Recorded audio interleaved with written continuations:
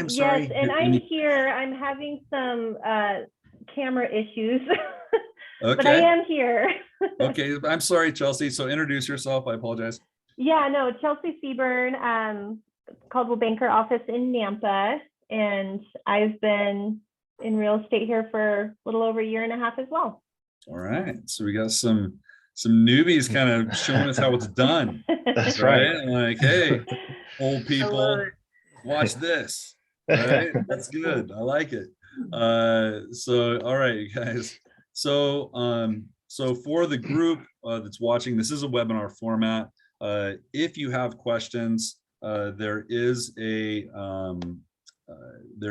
Q&A section at the bottom on Zoom that you can use to ask questions. Michelle and Jessica will be monitoring those, and then we will make sure and we're going to pause. We have slides every so often that pause, and then we will address those question and answer and have conversation around that. So and the attendees will be muted. So and thank you, Michelle, for hitting record, because I always forget to do that. So by the way, this will be recorded, and I upload this to YouTube, and then I repost it to the DMG resources, and also I send this out to the Tri-Cities folks to post, I think, in their Office 365. So we'll make sure everybody has access to this if they missed it. So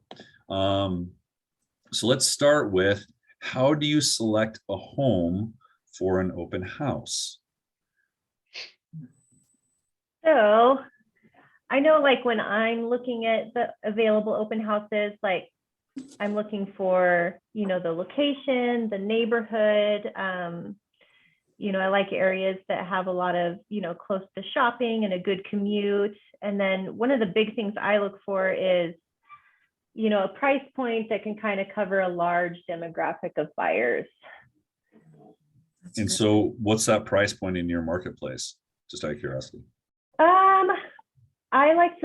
I look at a lot like that are in the 4 range, 400-ish. 4 to 5. Yeah. Just under your, well, actually, what's your guys' average price down there now? 550-ish or something? Yeah, Boise is, yeah. Yeah, so you're cutting under the average price. I think in Spokane we're somewhere around 450. Mhm. And so for Spokane and Tri-Cities, how are you guys segregating out by price range? And if you do, how do you select that? So I'll ask Tyler and Jody maybe for Spokane, because the price points are different in each of our markets. So the way that I select an open house, usually I look at the location more. So I did one in Liberty Lake by the Orchard Park.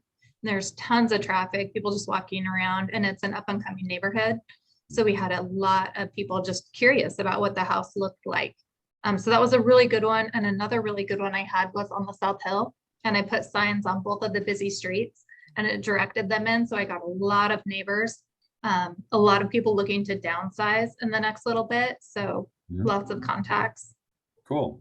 Tyler, do you narrow it down by price point at all, or? Right now I've been kind of just taking random things. I've been doing lower end. I've done $1 million homes. I've done like the 400, 500, and I'm kind of finding out that the 400 to 500 range I've really enjoyed. But right now I'm just kind of taking everything to kind of find my niche, right? Yeah, so sure. No, absolutely. Yeah. And then Kira, do you have something to add on that? Yeah, so I basically, every time I list a home, they get an open house that following weekend. It's just straight out of the gate. We're going to showcase to everybody who wants to come through, because usually the best offer is the first offer. And people down here in the Tri-Cities, they are watching this market closely because we're such low inventory. So we just take advantage of everything right now in this current market, the way it's going. And then if I have multiple listings at the same time, obviously you can't be in, 2 places at once. So if I can't stagger it, I offer it up to other agents in the office and say, hey, do you guys want to go host an open house for me? Cool. And then Ernie and Christine, how do you guys have a strategy around that, or? Oh, yes. Yes. Well, strategy, if you call it that, that's an awfully official word for that question. the first couple of years, I would say when I started, I was probably more inclined to go for what I thought was going to be the most active house based on the price point. I soon realized that I was looking away from a lot of opportunity. And that had to do with some higher end homes and also areas maybe in another side of Boise that I never had any clue of what it was about. And the best way to get a clue is to do an open house, because that kind of forces you to learn about the area a little bit, look through the MLS, of course, to research ahead of time and really know what you're getting into, but Sure. also be a little uncomfortable. Yeah. Because No, for me, that's how I've learned. That's a really good point. And what Thank you. that's a good take on that, is to use that open house opportunity as a chance to familiarize yourself with another area for future buyers, right? Or future clients or future listings. And so if somebody says, will you list anything in this neighborhood? You say, no, but I have hold open houses down here and here, and I'm very familiar with the neighborhood. And I actually picked up some buyers that are looking in this area. And you know what I mean? It gives you a little bit more confidence if people want to discuss your familiarity with areas. That's great. Christine, did you have anything to add to that? I would just add just a recent occurrence and experience that we had where he held an open house for a listing and I was holding an open house same weekend for our listing. So I had 7 groups come through on the Saturday where I think he had none. So this can happen. And sometimes you go, well, what kind of weekend, looking at the calendar, what kind of weekend is this going to be? And sometimes you could hold an open house and no one shows. So I just want to put out an encouragement that you're still flexing that muscle and you're still challenging yourself, like what Ernie brought up, to get out there. You're going to get faster at setting up, faster at retaining information and the facts and everything about the house, the market. You're just going to get better every single time. So just take a house, get out there. And again, 0 one day, 7 for me. And you just don't know what you're going to get. It really is science and art together, right? And just get out there and be encouraged to learn each time you do it. Yeah. So like the point being is if you have limited options, just take whatever options available and make it happen. And that was a really nice way, Christine is saying you're way better at open houses than Ernie. You did a very good job answering around that, and obviously been married for many years. So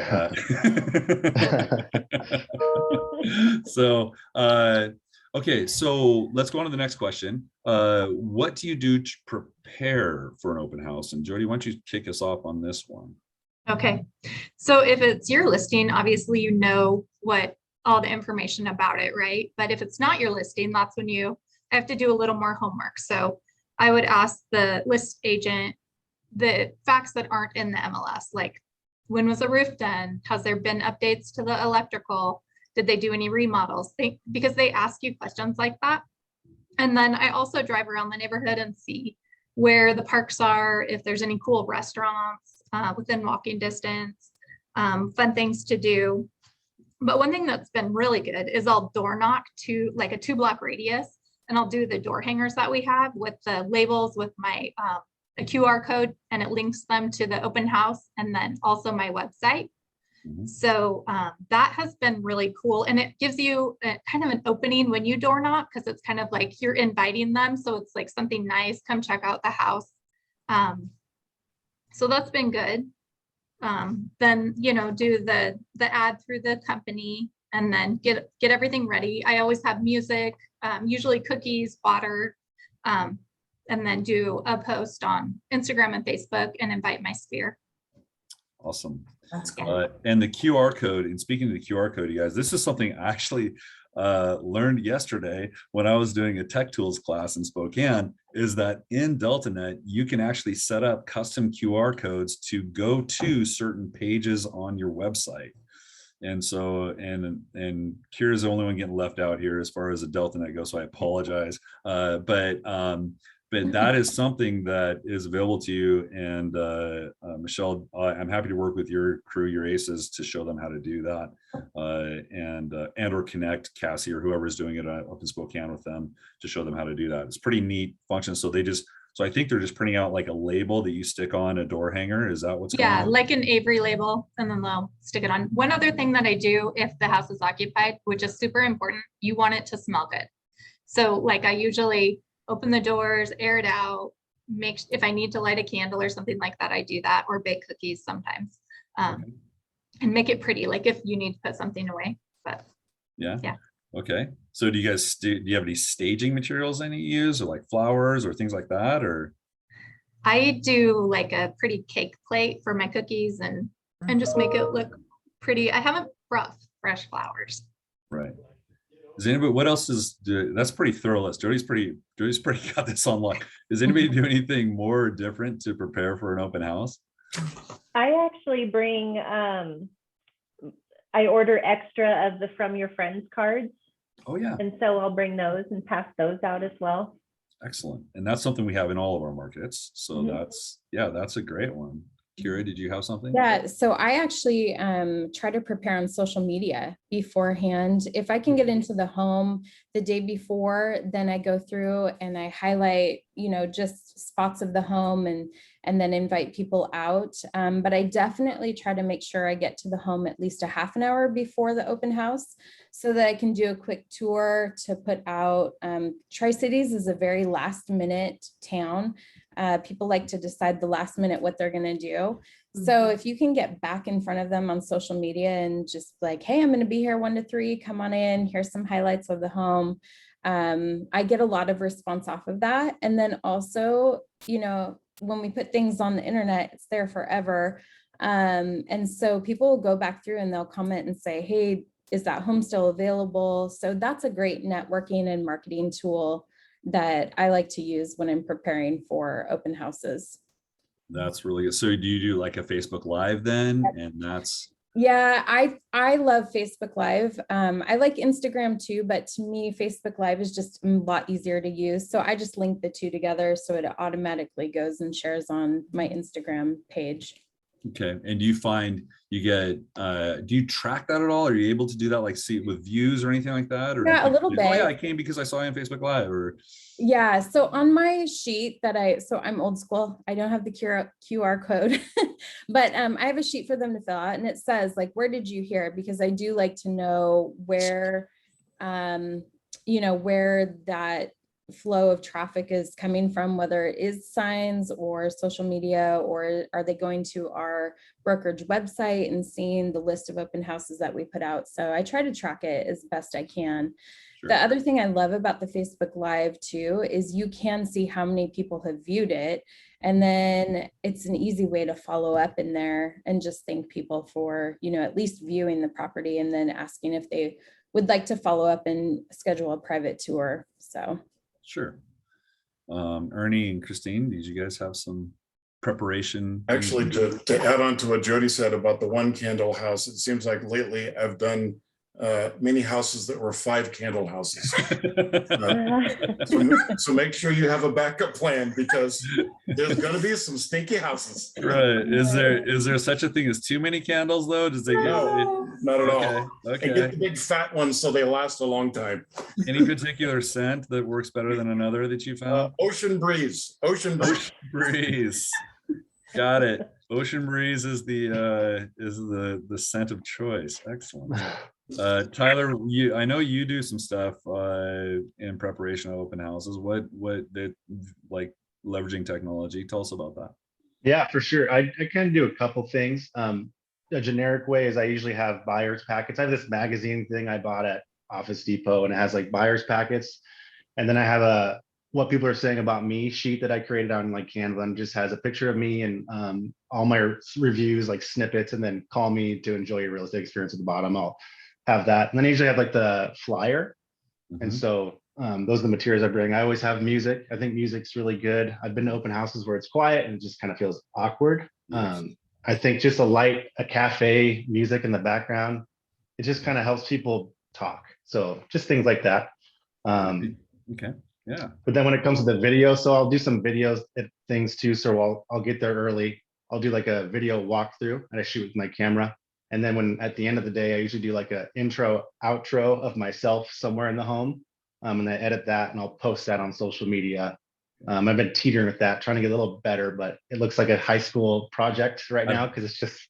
well, we're actually going to view some of those later, or one Oh, of those or that's two of those later on, to show great. you kind of effort, because Tyler needs to be a little rewarded here for his efforts. He actually Yeah, he's spends being some time humble. on these videos, Oh, and no. I think I'm a pretty funny guy. Tyler's freaking hilarious, and Oh, so thanks, man. he really I does a good appreciate job of showcasing his personality in that and leveraging technology in that. And that's not for everybody, Right. but it is. I think it's some good framework for people to be like, oh, that's a really, might Right. spark some creativeness in someone else to do something similar. Yeah. Yeah. And I just want to say, like, so it sounds like, Tyler, you do amazing stuff. So I'm definitely going to look you up when we get off of here. Oh, no.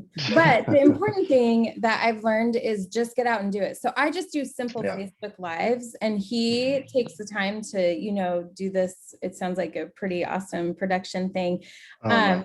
But I think it's just important for agents just to do it, because social media is huge, especially to get words out about open houses. It feels like that's where everybody is seeing, Mhm. where to go for the weekend. So yeah. Right. It's such an easy medium to use. Yeah.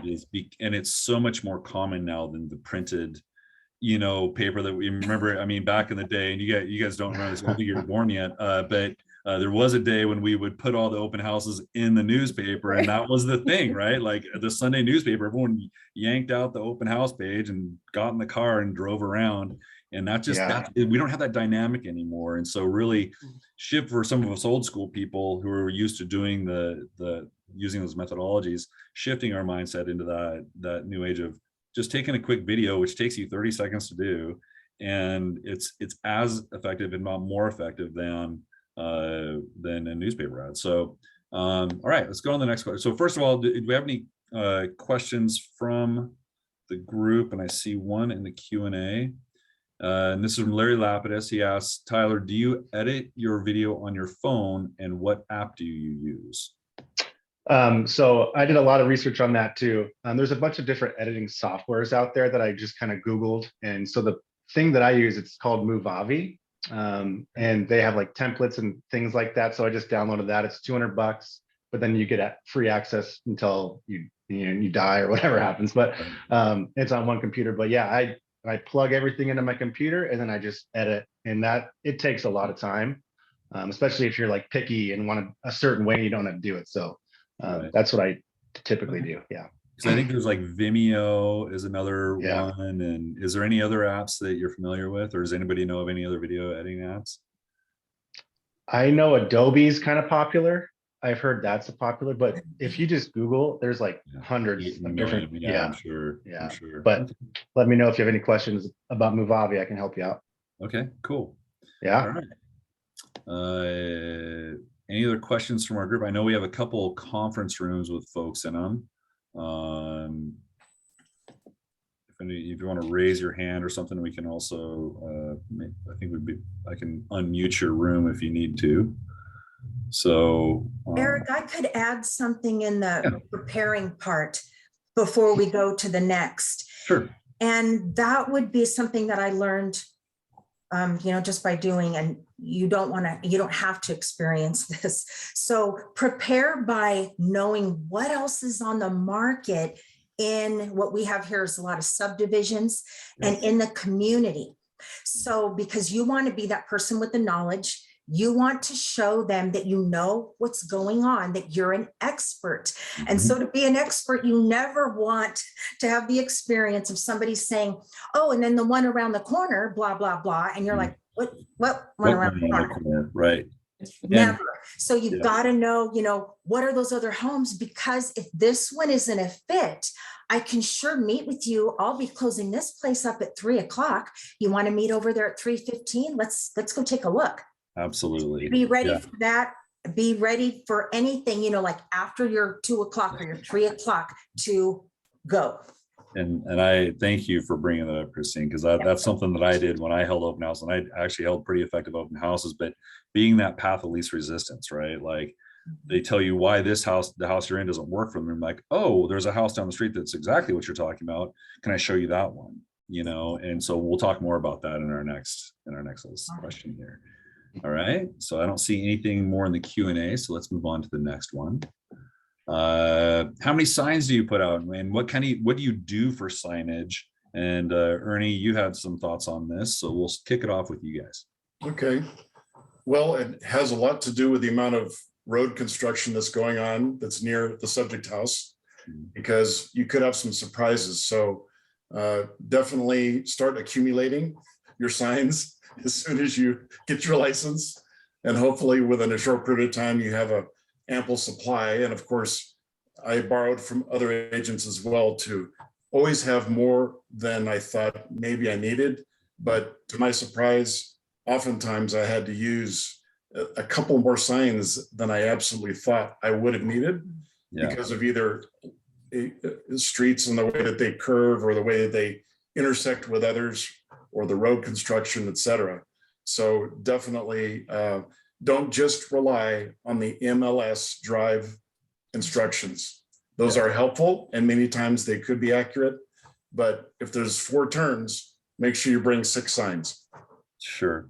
Yeah. So is there like a minimum number of signs you would say? Is 6 like the minimum, do you think? At least Well, there's, 4. I've done many houses that were on a major street, and literally you only needed a couple Right. because there really wasn't any turns, but some of our subdivisions are very, Many streets. a lot of turns, let's just put it that way.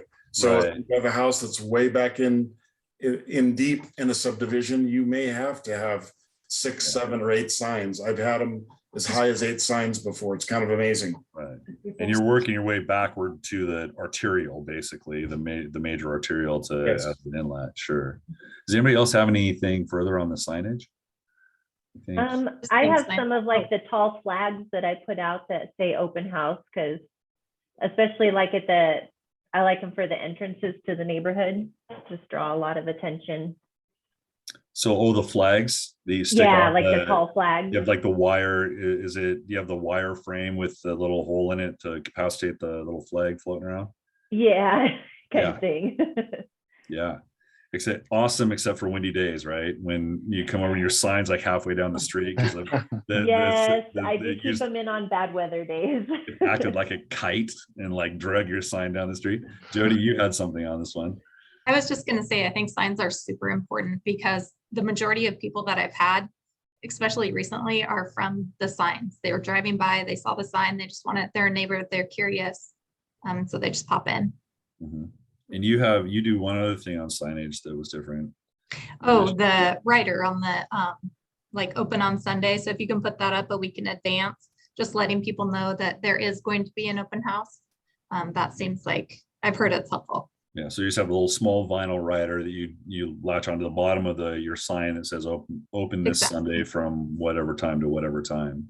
And Yeah, those are really cheap to make if you don't have them available, but I think they're only, how much, what are they, like $10 a pop or something like that? Or yeah, inexpensive. yeah. So awesome. Does anyone else have any other thoughts on signage?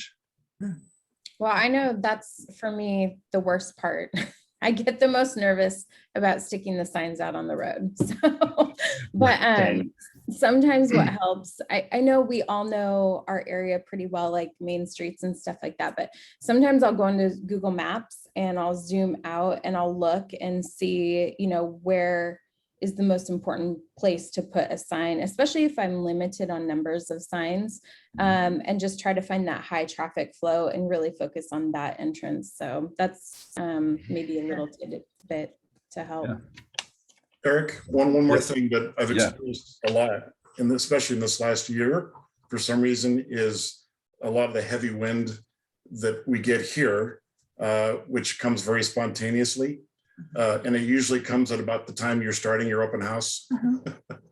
Right. And I know Tri-Cities also is a windy area, and probably Spokane. I can't speak as much about Spokane, but what I have done is always had at least a few of the long bungee cords with the hooks on the end, and also taken some small 3 or 5 pound circular weights that could be used to weight down the signs, because every sign's different and every angle you Right. have to put the sign is different. And the most frustrating thing that you will ever face doing an open house is you have a very slow day or no one shows up. And then when you go retrieve your signs, they're all laying on the ground. Exactly. And you want like, "Ah!" Amen. Amen. No. There was a thing in some of the signs back in the day, and I don't know if they still do this, but they had kind of almost like a little bag or holder as you folded it out, it had like to where you could fill it with sand or put a rock in there or something like that, and it weighted it down as well. So there might be a way to jerry rig that as well. So yeah, no, that's a really good point, and something that I'm glad you added that on, because it's been a while since I thought about that, and that is a very frustrating thing when you have nobody show up and your signs are all blown down. You're like, oh well, duh. Yeah. So back to Jody's comment, is that's where most people come from. They are just driving around and they follow the signs in like, oh hey, we just grabbed a coffee at Starbucks. What the hell else are we doing? Let's go check out a house. Cool. All right, let's go to the next question. To tour or not to tour? So when somebody enters the house, and I think everyone kind of had the same answer on this one, but we'll talk about it. How do you address them first off when they first come in the house, and then and kind of what kind of little warm up do you do, and then do you show them the house, or do you let them tour the house on their own? So I know with mine, like when they come in the door, I of course, greet them, say hello. I always hand them, like the flyer on the house, have them sign the guest book. And then from there, I'll just kind of, give them some of the special highlights of the house. If there's, the floor plan layout, if all the bedrooms are upstairs or however it is. And then I let them tour. I think they're it's a lot less intimidating and more comfortable when they can kind of check things out themselves and kind of have their own little conversations.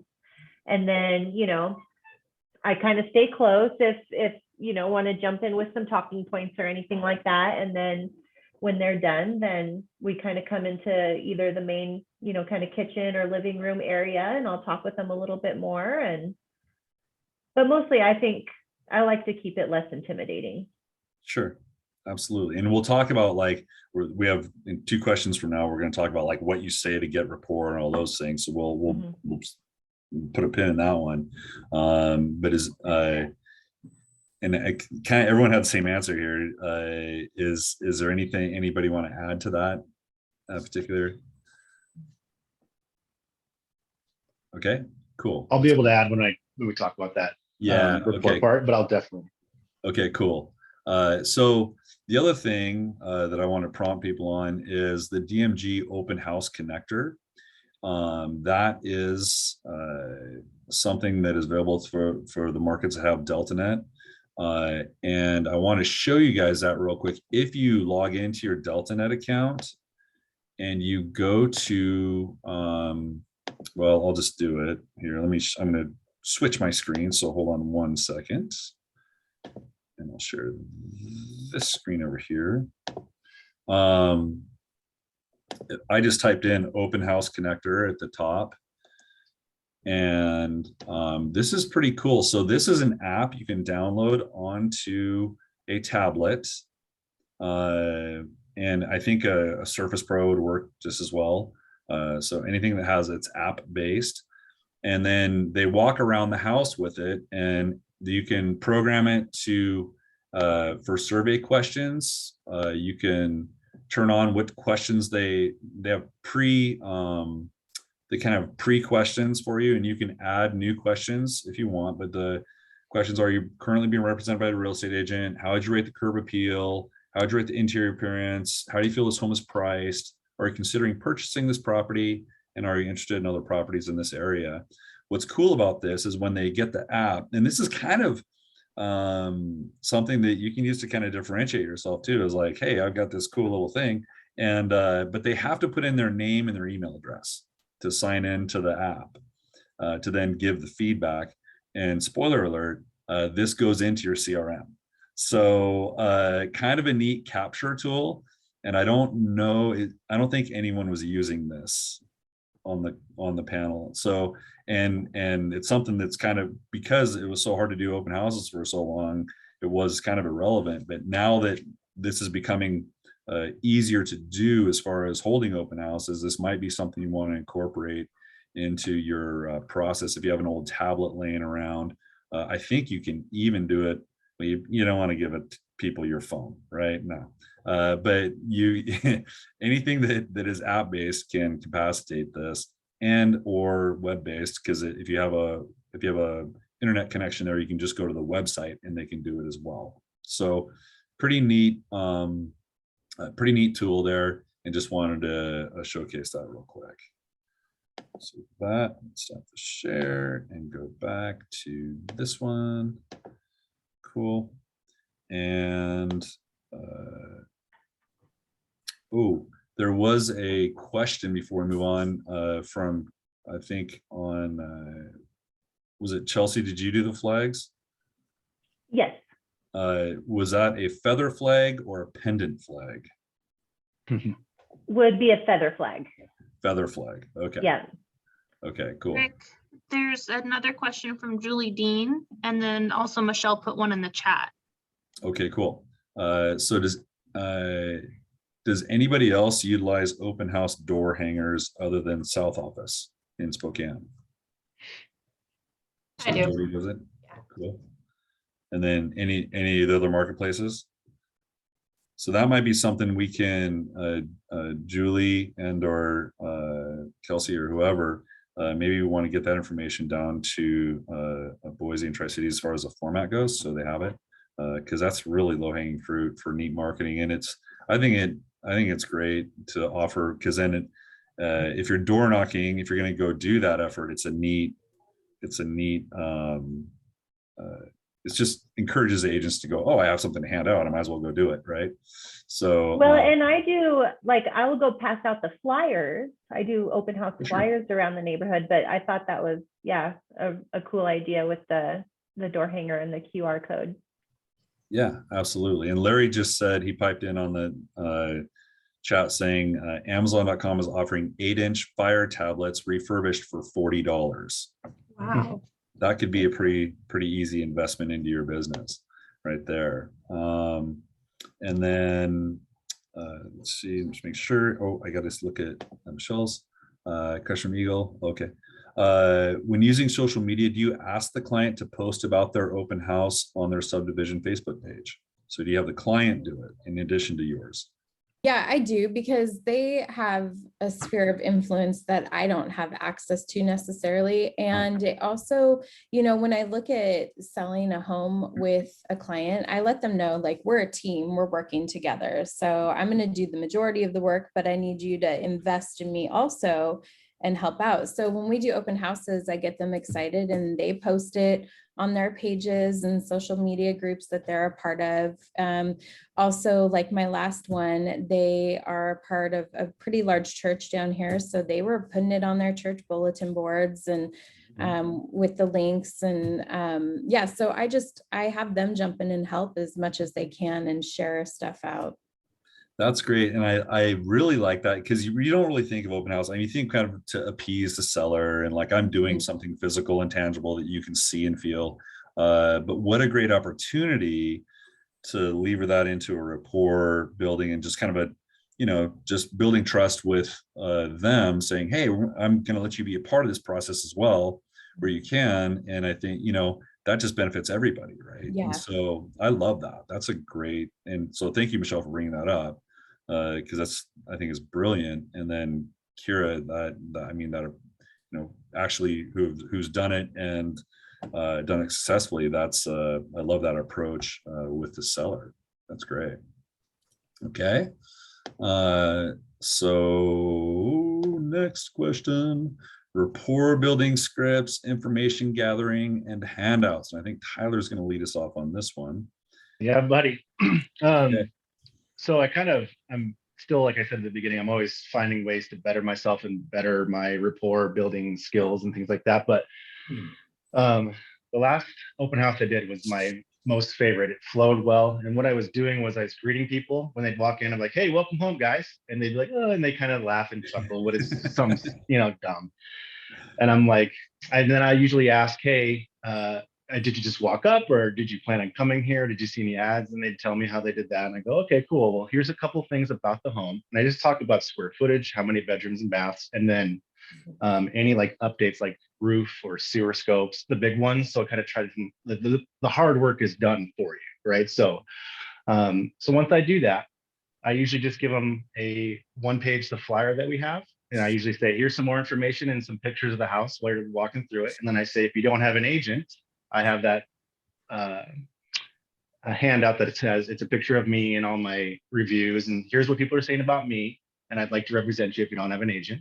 And I usually make a joke of like, I'm not just going to tell you that I'm good. Here's some proof that other people have used me and I'm pretty decent, right? So, and then I just tell them, hey, walk around, do your thing, act like it's your house. And then any questions you have, let me know. And then at the end, I usually stand by the door and I just ask them how they liked it and then try to kind of see what's their next plan and if I can be a part of that plan.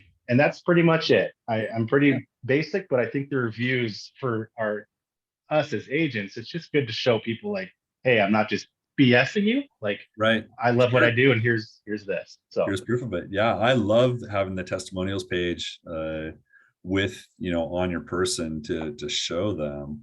yeah, And also the strategy, if you're going to let them walk around on their own, like intercept them on the way out.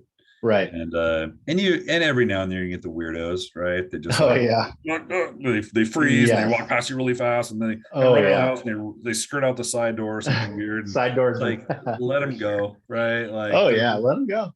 don't stress out.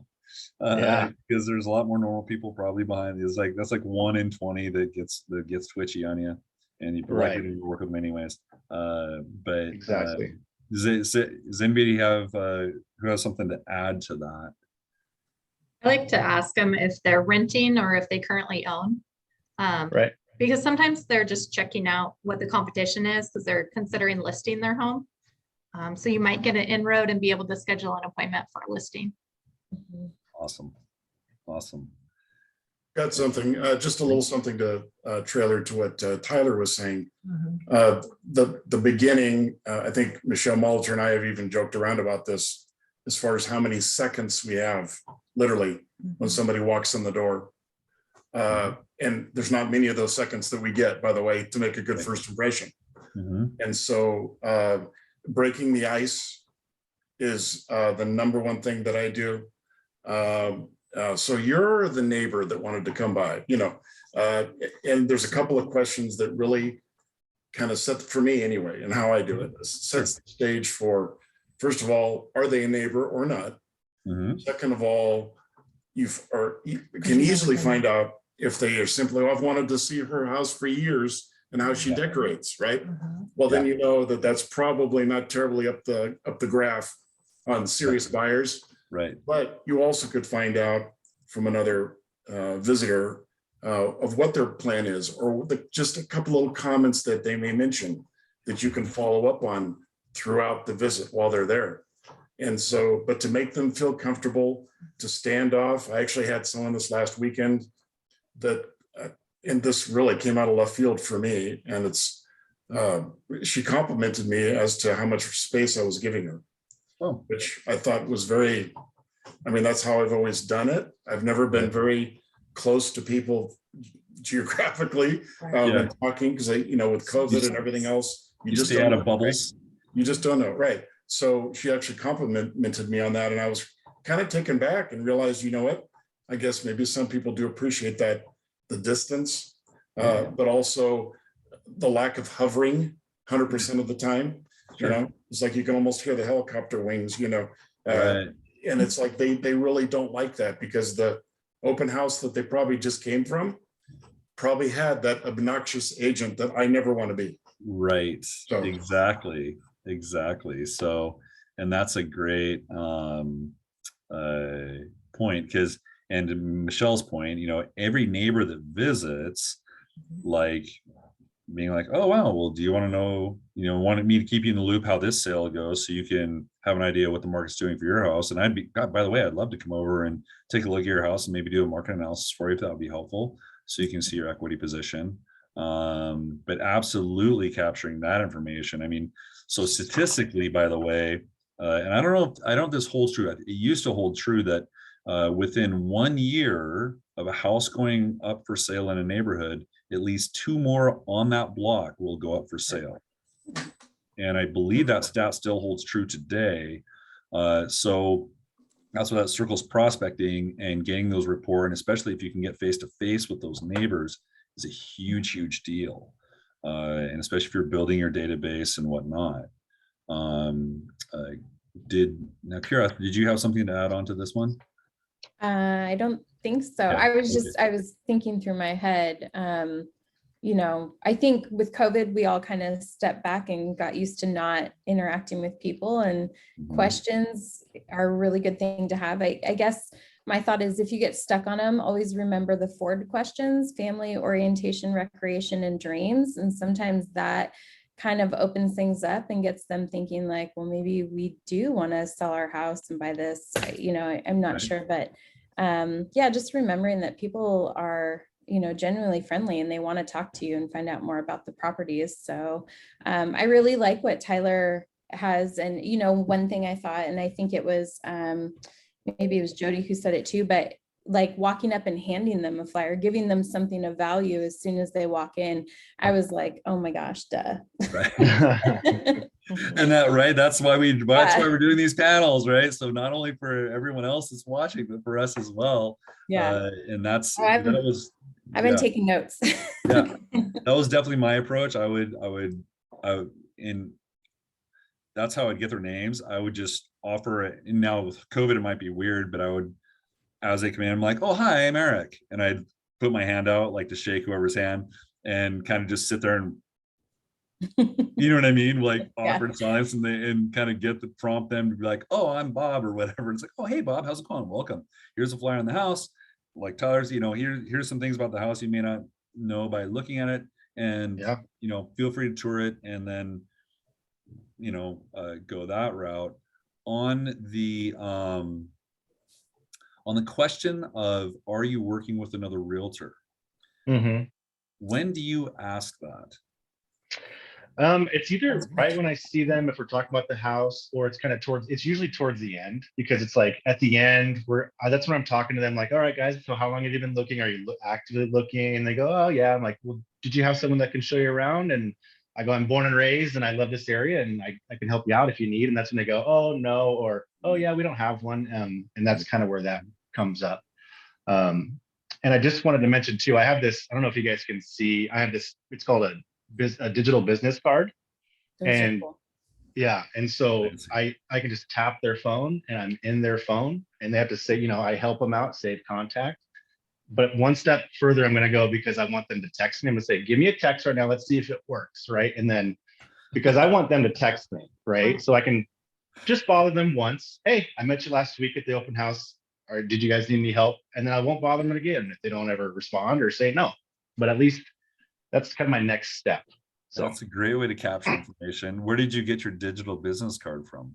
My awesome fiance this holiday was talking about just kind of things like this, and she found there's a bunch of different digital business cards out there. She just found this. It's called Dot. So if you go to dot.com, I think it's what it's called, or Google Dot business cards. Clever. It's all there. Okay. Yeah. Okay. I love that, Tyler. That's so awesome. That's yeah. Absolutely. So it's pretty cool. Yeah. Does anybody else have any addition on when they ask the dreaded question? Are you working with another agent? I usually ask twice. It's usually at the very beginning, after we establish if they're a neighbor or not, and establish, have they been on a search, and is today open house day? How many have you seen today? What do you think?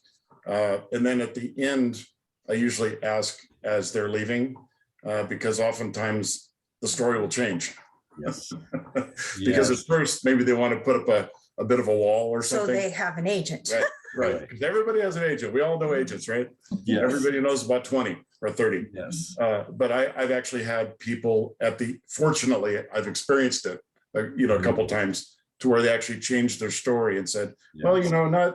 I guess we haven't really, of course, we'll have you sign an agreement, you kind of follow up that way. Yeah. Yeah. And it's interesting. Some people will open up, other people will not, but Sure. some will.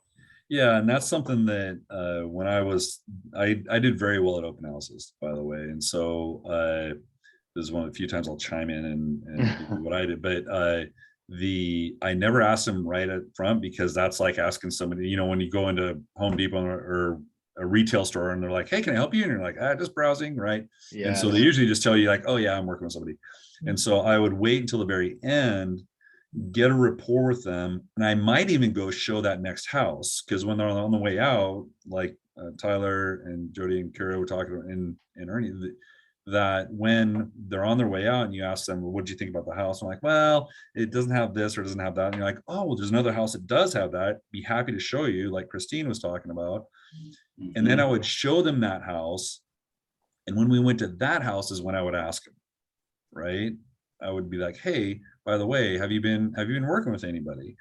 And if they say yes at that point in time, that's a real relationship, right? And then I would go as so far as to say, hey, can you tell me who your agent is? And they would tell me the name. And if they liked the house, I would call the agent and I would say, hey, Eric Johnson, Colder Thompson. Hey, I want to let you know, I just met your clients at my open house. Apparently you're out of town this weekend or whatever, but they really like this other house. And I just opened it up for them and showed them around. But I want to let you know that I think they want to write an offer on it. So you may want to get a hold of them. And I will tell you that carried my reputation forward quite a bit with other realtors. And I will tell you, down the road, I won multiple offer situations because they would rather deal with me than deal with somebody else. So relationships matter, and there's ways to leverage some of those situations where, hey, it may not be a short-term benefit for you, but it could be a long-term benefit for you. So just something and then also, because as soon as you do that, people are blown away and they tell all their office mates, right? They're like, who is this guy? He called me with my clients and told me to write this offer. Like, what, who does that, right? And it's, so there's some neat other opportunities or tertiary that can help your business other than just capturing the buyers and sellers. So, cool. Does anybody have any leave behind handouts as people are walking out the door that they're using necessarily? I guess the only other thing I do is I actually bring a couple of the buyer guides to the open house too, so that if I do have someone that does seem like very serious and interested, that can be a good piece of material. Yeah, that I have on hand to give them. Yeah, here's a little bit more about my service, and that's where you could have testimonials as well, or and all those things, and customize that. And I think all of our operations have the capacity to do that. So thank you for bringing that up. That's awesome. So having a couple buyers packets on hand doesn't hurt. The only thing that I would add to that is if they're looking to buy and they don't have a lender, I'll text them. I'll just say, can I get your number? And I'll text you a couple of lenders so you can get pre-qualified and ready to go. Love that. Absolutely. Absolutely. So they've left, you've broken down the signs. Follow up. Who has some good follow up? Yeah, so I love to follow up with clients. I'm not afraid to ask for the sale or for the client to work with me. And I generally go off of how they respond in the open house. If they fill out a sheet and take the time to fill out a sheet, I like to do handwritten letters to them. And I'll do that in the in-between too. And that's something else, like sometimes your open house is a little bit slower, as we heard with Ernie and Christine, and so At least Ernie's are. Yeah, no. But so in that in-between time, I'll have like a stack of cards with me. And if someone has already come in and filled out the sheet and they leave their address, then I'll just quickly write a note right there. Thanks for coming in, visiting the open house. Please let me know if you'd like to sit down and have coffee or whatever. Throw a couple business cards in there. and then that's ready to go out into the mail. If they do their phone number for text, then a lot of people, like, I also kind of gauge by the age and generation, because Gen Z is very much, they just want to text. So same thing, I'll text and follow up with them and thank them for coming through the open house, and then ask them, you know, would you like to sit down and grab coffee and talk about your buying needs, and, you know, more about like what the market looks like, what their dreams are. Sometimes they're like, they'll respond back, hey, we're not, you know, we're looking, but we're not ready yet. And then that opens the door for me to get them with a lender to start educating them on the process. And then we're building that team atmosphere right there with them. And they come back, you know, usually if they're not ready, it's usually on average about 6 months that they can get ready to purchase a home. So I love doing follow-up with clients. And if anything, I think the most important thing is letting them know, like, we are your local real estate experts and we are here to help you. And so whether that's helping them find contractors or a lender or credit repair institute or whatever, like, we're here to help. And so yeah, so those are different ways that I follow up. I used to send out coffee cards, especially for the handwritten notes, but I realized it, you know, they're just kind of like, oh, gee, thanks, and you never see them again. So Right. An asking them, expensive like, habit, yeah. yeah, so it was more like, okay, let's start asking them to meet again. And then you know who's actually invested and who's not, because if they're going to take the time to sit down and have a coffee with you or meet you at your office, then you know that's probably a pretty reliable hot lead right there. Yeah, So. yeah, absolutely. The odds are. Does anybody else have anything to add to follow up, Ernie? Yeah, just a little something as far as the follow-up. I think probably everybody would agree, you know, to, you know, send at least something, some kind of acknowledgement to the people that do leave the information as soon as possible, because based on feedback I've gotten personally from people, the worst thing you can do is not follow up if they're expecting one. And if they had a question about the house or the market or, you know, lender information or whatever. Yeah, whatever it is. Boy, that's an easy thing to sometimes forget, even if you write it down. But believe it or not, they're waiting for that response. They really are. And so that email that night or that late afternoon or whenever you get back to your home or office or whatever, send that little one-liner to them. Send that. Don't send them back a novel. Don't send them back a 5-page response. Right. Hey, I've got that information for you. Here you go. And then have a plan of action after that of how you can follow up. But ask them get them what they're asking for. Yes. And we kind of glossed over this in the beginning. How are you guys getting them to sign in on the sign-in sheet? What script are you using there? Because that's like, I know people who are deathly afraid of that interaction for some reason. So how are you getting them to sign in?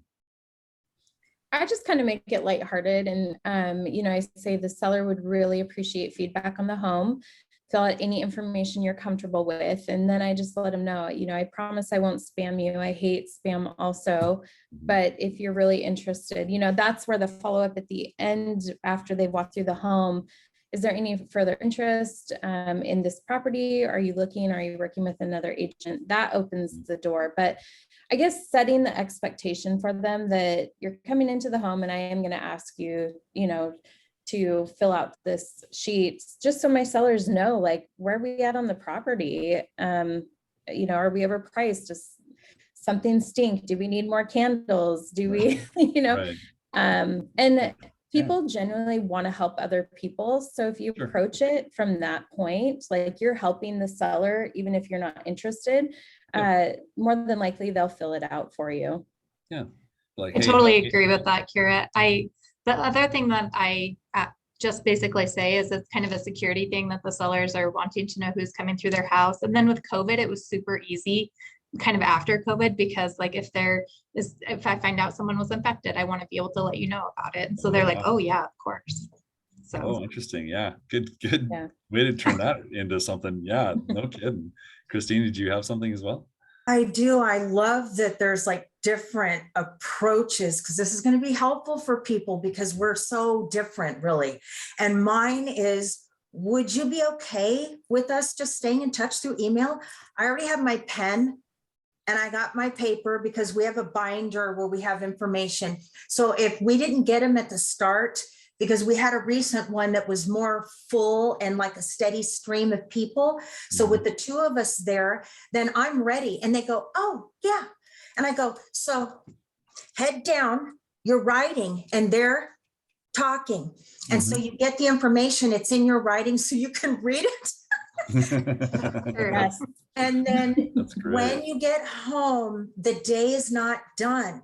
So it's, you know, you got to get there early. It's the 3 hours or whatever you've scheduled. And then I come in and it's straight to the laptop.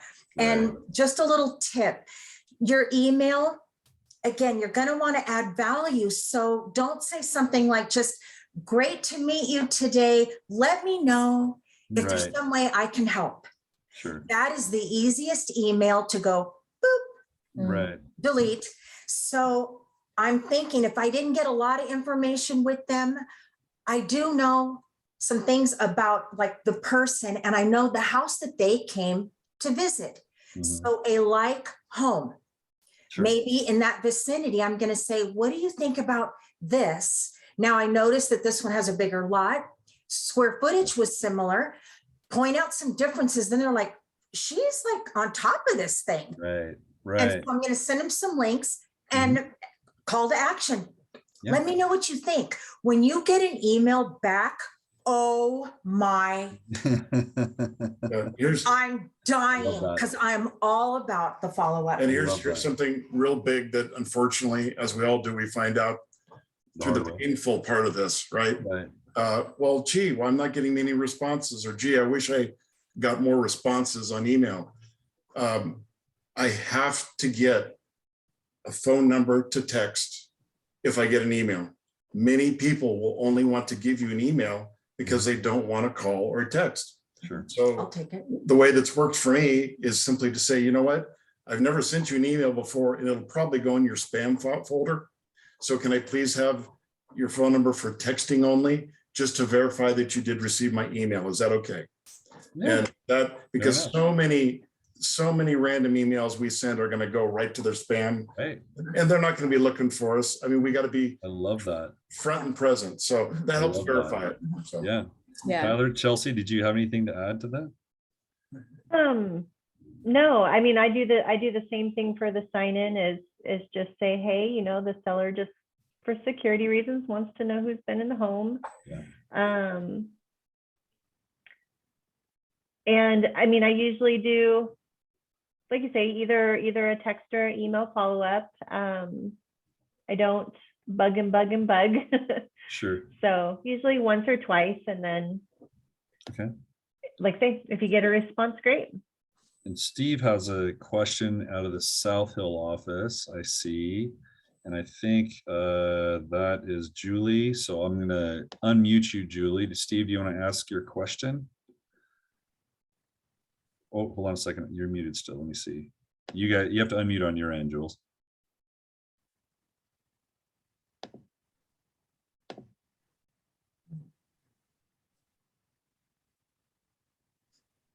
Okay, well, I'm waiting for that. Tyler, did you have anything to add to the? Yeah, I have like this. So when I first started, it was the same thing. Hey, email and phone number for, you know, kind of a COVID thing. And then I kind of continued that, and people weren't. And I'm not a pushy person when it comes to that. I probably should be better at that. And then I tried like a wine giveaway, and that was kind of cool. Actually, people would put their number down, and I'd say, we'll pull up some stuff out of the hat at the end. We'll record it so you know it's real. And we did that once, and text them, and I got to their house, took a picture with them, and that was kind of cool. They both invited us in their house. It was great. But I'm just kind of relying on that the testimonials, and I have my number big there, and trying to do the dot card thing, so I'm kind of growing on that part. So Yeah. Okay, Julie, Steve has a question in your office. So I think lenders are very much in the same boat we are with a shifting market. And I've had really good luck the last month having different lenders that I know come in and be at an open house, even if it's for an hour. They've had some really good interactions with clients. Have you guys experienced the same thing? Yeah, so I'm glad you touched on that because it was actually sitting in my head going, oh, I'm gonna jump in on this.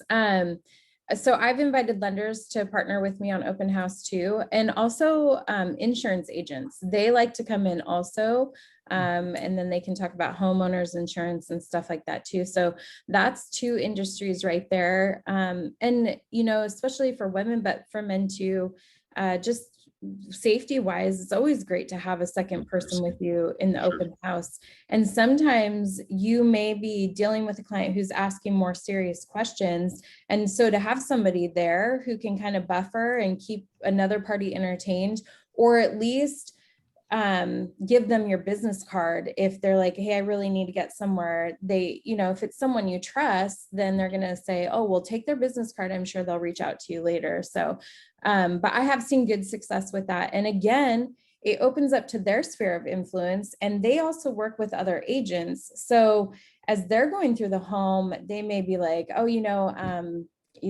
Christine, I'm working with her and she has a client, they would probably love this property. And so they're then sending out messages too. And they're sharing on social media also. They get excited about it. They're going to post and advertise that they're going to be in a house. So yeah, you use all of those things to your advantage. So I'm glad you brought that up, Steve. Yeah, absolutely. Eric? Yeah, go ahead, Aaron. Really quick, I know we're low on time. Run up. This is something kind of show and tell here really quick, but this is a binder that I've had since my first open house. And I have pages from every open house I've ever done. Oh, wow. And there's quite a few in here, and I've had to change binders that get messed up over time. But for me, as far as capturing and having the data, especially when I'm at my desk or I'm thinking, hey, you know what, I haven't talked to so-and-so for a long time, or just, you know, you'll be driving, you'll think of someone, and then I'll just go right back to it. And oftentimes there'll be a little note or a little something I wrote next to their name to remind me of the follow-up that I've already done. That's great. I'll also have the exact house I met them at. Right. And by the way, I'm not totally antiquated. I do save these. That's an analog. Yeah, that's quite an electronically, analog so- system you have going on there. Yeah. my friend. So if this flies out the window, don't worry, I'm not dead in the water. Don't worry. They're saved on the computer too, but I also, another thing I do, where's the plug binder? Can you get the plug binder? Another, I have to show this, it's really, really cool. I also, and this, again, it's just me. Okay, this is how I am occasionally. I also started with a binder, and I have a flyer from every single open house I've ever done. Put them in sheet protectors, and you know, my picture, and there's some of Christine in there too. And so this is the best resume to have. Right. For Yeah, your it's a good listing, one. when you're trying to capture a listing, you're like, hey, Absolutely. this is what I do. So people Yeah, that are I love starting that. out, or they've been doing it a year or 6 months or 3 years, I love that. it's never too late to start, because this Yeah. is your resume. This Yeah. is the confidence you give Sure. that stranger that you're trying to get a relationship with, Sure. that are going to trust you to work with them to sell their home or relocate or whatever. So I strongly recommend to have some kind of historical data that you That's can good. show Right. someone. And I always take this with me. I always have it. I love it. Yeah. Another thing, and I haven't heard anybody say this yet, but does anybody do anything for to the or send anything to the houses where they put their open house signs at?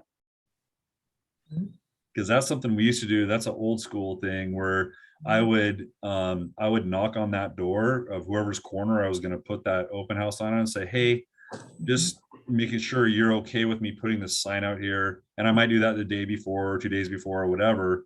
And when I'm walking the neighborhood and be like, is that okay with you guys? Because every now and then there's a nasty neighbor who doesn't want the sign out in their front yard and they kick it over as soon as you put it out there. But then you would follow up with a handwritten note, like a coffee card, like, thank you so much for letting me use that space on your curb or sidewalk or whatever. That's nice. You know, and it's just a really easy way to kind of spread out some of the love on that and maybe generate some of the listings in the future, right? Absolutely. That's a good idea. Does anybody else have any other follow-up? Mhm. things.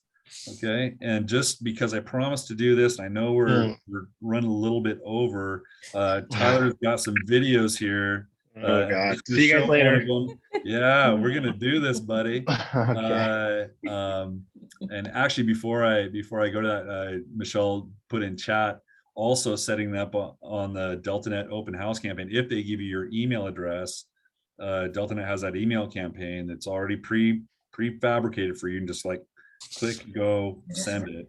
And that's not a bad way to go either. But let me get my screen squared away here. And I do have them pulled up. And I'll let you choose which one we do, Tyler. So you have some control over this. That's good. So let's see. Here is the videos I have on YouTube for you. And which Okay. one is the one you want to show? I kind of like, I know that's kind of weird, but the cat one's kind of cool. Or if you want to see me jump in a pool, that's kind of cool. I mean, you just, okay. We'll do the cat one. How about that? That looks hilarious. It's cute. I mean, it's something crazy, but. Okay, hold on a second. Let me pause it. Because I think when I didn't Oh, God. realize. Whatever. You do a great job, man. All right, well, I appreciate it. As long as it's good, that's all I care about. You know? Absolutely. All right. Let me share this here. Realtor here. Hey, hello. I'm just finishing up my open house here in the Northwest Terrace neighborhood. This 4-bed, 2-bath home, just over 2,000 square feet, has a 2-car garage with RV parking on the side, also has easy access to shopping, schools, and is right next to Riverside State Park, the Bowling Pitcher, and the Centennial Trail, and has a beautiful backyard to enjoy days just like this. I mean, what are you waiting for? Come on. All right, for those of you who missed the open house, your tour starts like right now. Like, it's gonna start right.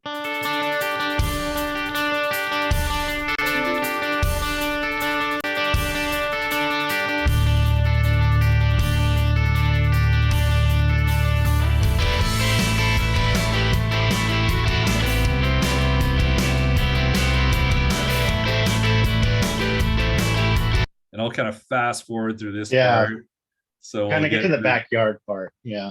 And Okay, then I'll stop it at the back. Okay, here we go, right here. all right. Yeah, I'll probably stop right here.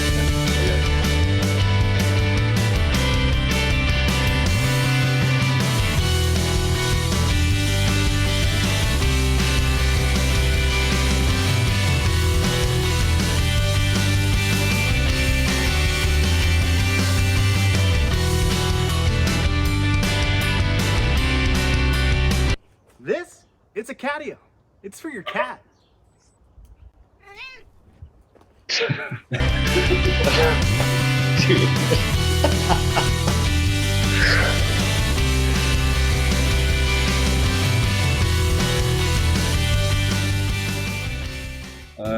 Welcome back. What'd you think? As always, if you loved it, let me know and I can show it to you. If you're looking to sell or buy a home in Spokane, Washington, call me today and let's meet up. And keep a lookout for more videos just like this showing houses all over Spokane that range from different sizes, different price ranges to show you what Spokane has to offer. All right, that does it for me. I gotta get out of here. It's a sunny day in May. I'm gonna go home to my beautiful fiance, my 2 dogs, and just sit in the backyard and glaze out. Have a good day. And remember, my name's Tyler Owens, helping you get ready to live in Spokane, Washington. See ya. Oh yeah. So cool. That is on steroids right there, people. That's some real Holyfield stuff, because that's a lot of effort, Tyler, and I think those are great. And I Thanks, think man. it really shows your personality. And like I say, I think I'm a pretty funny guy, but man, you crack me up. You are a Good. comedian. That makes me. I appreciate you saying that. Thank you very much. So yeah, but even if it's a short Facebook Live video, you guys, it doesn't, anything that shows you as a real human being, I think in this current environment is a big deal. So I think this is like the extreme level of production and doing it. Do you have a gimbal, by the way, or something like that you use for those videos? I do actually. It just died on me. That's why you saw my phone go like this. But Okay. it's mostly just me doing. It's kind of like I watch videos breathing tech. It's kind of weird, but Okay. yeah, trying to get better at it. But, and the gimbals, just so you know, are things you can put your phone in that kind of balance it and smooth it out Yeah. as you, Yeah. you kind of hold a handle and it's like, it's Balancing. use centrifugal Yeah. force to balance it and keep it smooth. So, Oh, yeah, just another little piece of equipment if you're gonna do your own video. for But, sure. well, you guys, I think, let me see, just make sure. I think that's what we have for today. Oh, actually, one last thing. What are you guys, what have we seen for capture rates as far as, how often are you capturing clients from open houses using these various techniques? And we'll start with Kira. How about? I mean, I've had a pretty good success on capture rate. It really depends on how many people are coming through the home, but I would say that the clients, the prospects that come through that don't have an agent, typically I can walk out capturing each of those. And then I've converted a few, and not purposely. They basically have called back a couple days later and said, we just don't like our agent and we want to work with you. And we've fired them. And I actually just closed a couple of those. So Nice. Yeah, it's a personality contest, people. yeah, right? it's just I mean, to being a degree. genuine. Yeah, just be genuine with people. Yes, So that is awesome. Ernie, you had a success story. Yeah, actually, 3 hours. I just got the text actually while we're sitting here. We had a deal that closed and recorded and all that. Yay. But it actually was a result of an open house. Neat. So the reality for me and for us, it's we actually went through 7 years or almost 7 full years. It was six full years. 25% of our business has come from open houses. Wow. 25% absolutely verified. And a portion of that 25% did multiples. Yeah. Again. That is So awesome. In that 7 years. So Yeah. it's real. It actually is Great. data that literally we can take to the bank. It really is true. Yeah. Yeah, that's great. How about Tyler, Jody, Chelsea? Let's go Tyler first. Yeah, I've actually had a couple people with text and things like that, but nothing's really come of it. Okay. But I'm actually working with my first person who, same situation. She went on Zillow, found a realtor, but they never really did anything. And I told her that I go to all the open houses with my clients, unless I'm obviously out of town. And I'm working with her right now, and she's very active on, it's like a $500,000 range, which is great. Yeah. And so it's been good. Yeah. Awesome. Okay. Jody? Yeah, great capture rate. I usually send them emails and things for follow-up, but my videos are not anywhere near Tyler's level, but I had someone in my sphere come to an open house I had, and then they had a rental that they wanted to list, went ahead and list, and we closed on that a couple months ago. So that was pretty cool. Nice. Awesome. Awesome. How about you, Chelsea? I have not had an actual, I guess, closing off of an open house, but definitely have gained lots of good contacts. Yeah. And like you say, guys, this is a long game play. Typically, you're trying to get in front of people. You have to have a system to put them into to follow up. Unfortunately, all of you have some sort of CRM to do that. And even if it's the old school binder like Ernie has, which is awesome, I love that. There's really no. It's the best CRM is the one you use, right? Or the best method is the one you use and the one you feel comfortable with. So I hope this was a good use of your hour, you guys. This is I know we went long, but I think it was worth it. And thank you so much to our panelists for all of your hard work and willingness to share. We really appreciate you. And we're going to keep doing these things. We'll be putting out the announcement for the next panel here in the next week or so. And again, thanks for all your participation today. Have a wonderful rest of your day, and go Coldwell Banker. Go Coldwell Banker. Thanks, guys. Thank you. Right.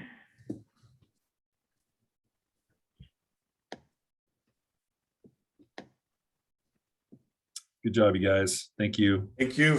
Thank you, Eric. Thank you.